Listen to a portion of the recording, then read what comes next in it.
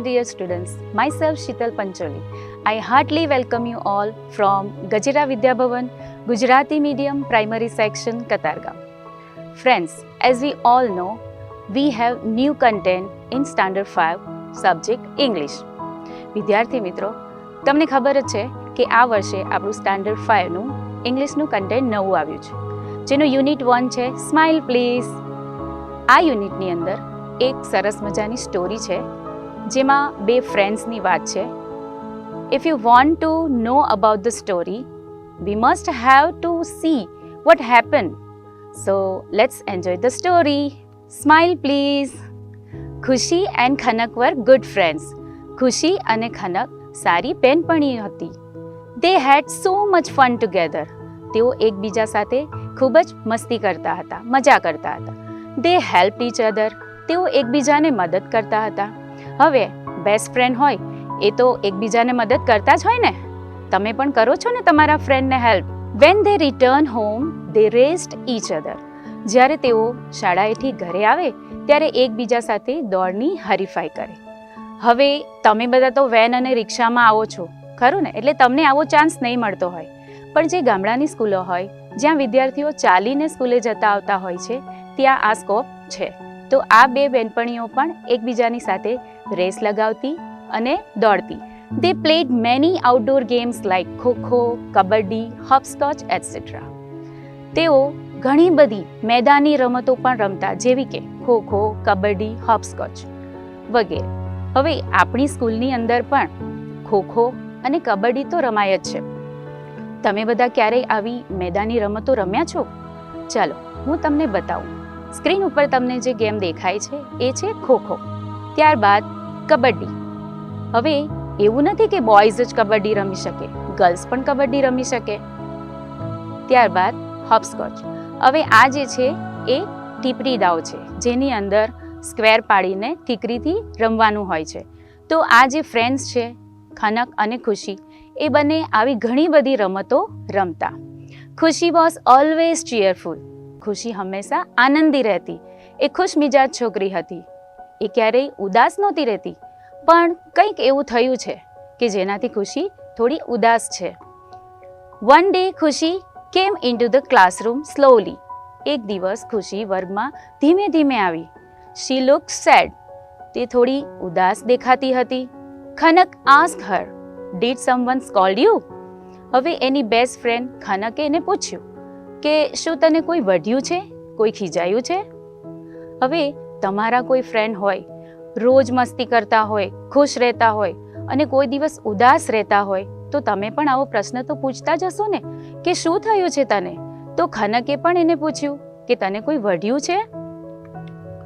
ખુશી shook her head. ખુશીએ એનું માથું ધૂણાવ્યું. એ કોઈ જવાબ આપતી નથી, ફક્ત એનું માથું જ ધૂણાવે છે. She sat down and did not look up. તે બેસી ગઈ અને એણે ઉપર જોયું જ નહીં. When Saraswati Ben, her teacher, called her name, she did not even answer. એના ટીચર સરસ્વતી બેન, જ્યારે એમણે એનું નામ બોલાવ્યું પણ એને કંઈ જવાબ જ ન આપ્યો. તમારા ક્લાસમાં પણ ટીચર જ્યારે પ્રેઝન્ટ પૂરે ત્યારે તમારું રોલ નંબર ક્યાં તો તમારું નામ બોલીને હાજરી પૂરતા હશે. તો અહીંયા પણ આ જે ટીચર છે એમણે ખુશીનું નામ બોલ્યું પણ ખુશીએ કોઈ રિપ્લાય જ ના આપ્યો. C cold again. એમણે ફરીથી એનું નામ બોલ્યું, લાઉડર ધીસ ટાઈમ. અને આ વખતે તો એ મોટેથી બોલ્યા, ખુશી. પણ છતાં ખુશી પહેલાં તો કંઈ ન બોલી. ખુશી રેઝ હર હેન્ડ. ત્યાર પછી એણે ફક્ત એનો હાથ ઉપર કર્યો. કોઈ જવાબ તો એણે આપ્યો જ નહીં, માત્ર હાથ ઊંચો કર્યો. She asked, do you have any problem? હવે રોજ જે ખુશ મિજાજ છોકરી હતી, બોલવાવાળી હતી, આજે એકદમ ગુમસુમ છે. એટલે એના ટીચરને પણ કંઈક તો અલગ લાગ્યું. એમણે પૂછ્યું કે શું તને કોઈ પ્રોબ્લેમ છે, કોઈ સમસ્યા છે, શું થયું છે? ખુશી shook her head again. ખુશીએ ફરીથી એનું માથું ધૂણાવ્યું. Her cheeks were red. એના ગાલ લાલ થઈ ગયા હતા. She looked upset. એ થોડી અસ્વસ્થ લાગતી હતી. The teacher asked her. ટીચરે એને પૂછ્યું, Are you feeling okay? તને બરાબર તો છે ને? કંઈ તકલીફ તો નથી ને? તારી તબિયત સારી છે? ખુશી nodded, still not daring to look up. હજી પણ ખુશી માત્ર એનું માથું જ હલાવે છે. હજી પણ એ ઉપર જોવાની હિંમત કરી રહી નથી. તો એવું શું થયું છે કે આજે ખુશી કાંઈ બોલી જ નથી રહી, માત્ર એનું માથું જ ધૂણાવ્યા કરે છે? Her friends also asked, "Why are you crying, ખુશી?" અને એના મિત્રોએ પણ એને પૂછ્યું કે ખુશી તું શા માટે રડે છે? Is your little brother okay? શું તારો નાનો ભાઈ ઠીક છે? Are your family members all right? શું તારા કુટુંબના સભ્યો ઠીક છે? Is your puppy okay? શું તારું ગલુડિયું ઓકે છે? હવે જ્યારે કોઈ જવાબ ન મળે ત્યારે મિત્રો અલગ અલગ પ્રશ્નો પૂછીને એને બોલાવવાની કોશિશ કરે છે, પણ ખુશી તો કાંઈ બોલતી જ નથી. ખુશી kept nodding her head to each of her friends. એણે એના બધા જ ફ્રેન્ડના પ્રશ્નોના જવાબ માત્ર માથું ધૂણાવીને જ આપ્યા. એ કોઈ જવાબ જ નથી આપતી. એને બધા મિત્રોને ખાલી માથું ધૂણાવીને જ રિપ્લાય કર્યો. But she did not look up. પણ એ ઉપર જોતી નથી. Khanak wanted to make her smile. Khanak એને હસાવવા માંગતી હતી. હવે તમારો મિત્ર ઉદાસ હોય, કાંઈ બોલતો ન હોય, તો તમારે આવા પ્રયત્ન કરવા જોઈએ ને. અગર મારી ફ્રેન્ડ દુઃખી હોય કે ઉદાસ હોય તો મને તો બિલકુલ ન ગમે. હું તો એને પૂછ્યા જ કરું, શું થયું શું થયું. તો એવી રીતે ખનક પણ એને પૂછે છે અને એવું ઈચ્છે છે કે હું એના ફેસ ઉપર સ્માઇલ લાવી શકું, એટલે એને હસાવવા માંગે છે.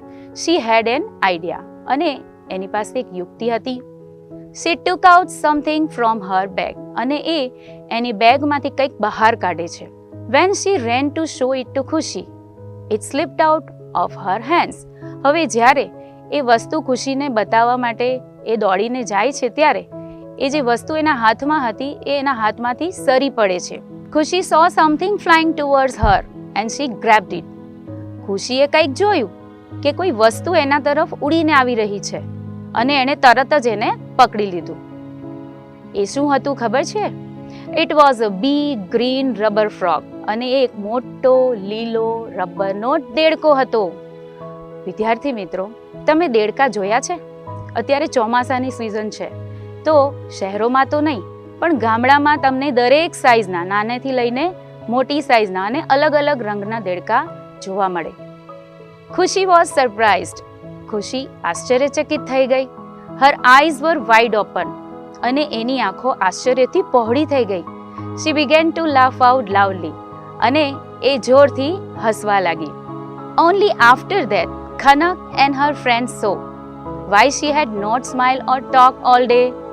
અને ત્યાર પછી જ ખનક અને એના મિત્રોને ખબર પડી કે શા માટે આજે આખો દિવસ ખુશી હસી પણ નહીં કે એણે વાતો પણ ન કરી. શું થયું હશે? કોઈ કલ્પના કરી શકો છો તમે? કેમ ખુશી આજે ઉદાસ હતી? કેમ બોલતી નહોતી કોઈની સાથે?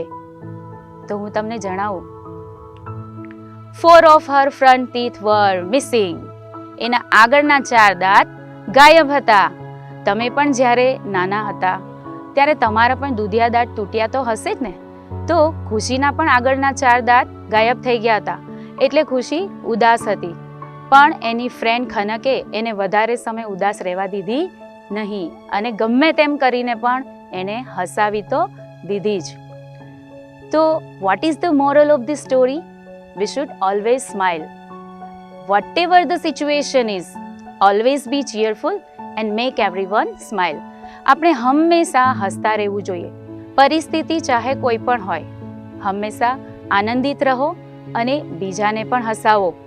તો આ સ્ટોરી ઉપરથી આપણે એ જ શીખ્યા કે આપણો મિત્ર ઉદાસ હોય અને આપણને જો એવું લાગે કે કંઈક રોંગ થઈ રહ્યું છે તો એ રીઝનને જાણવાની કોશિશ કરો.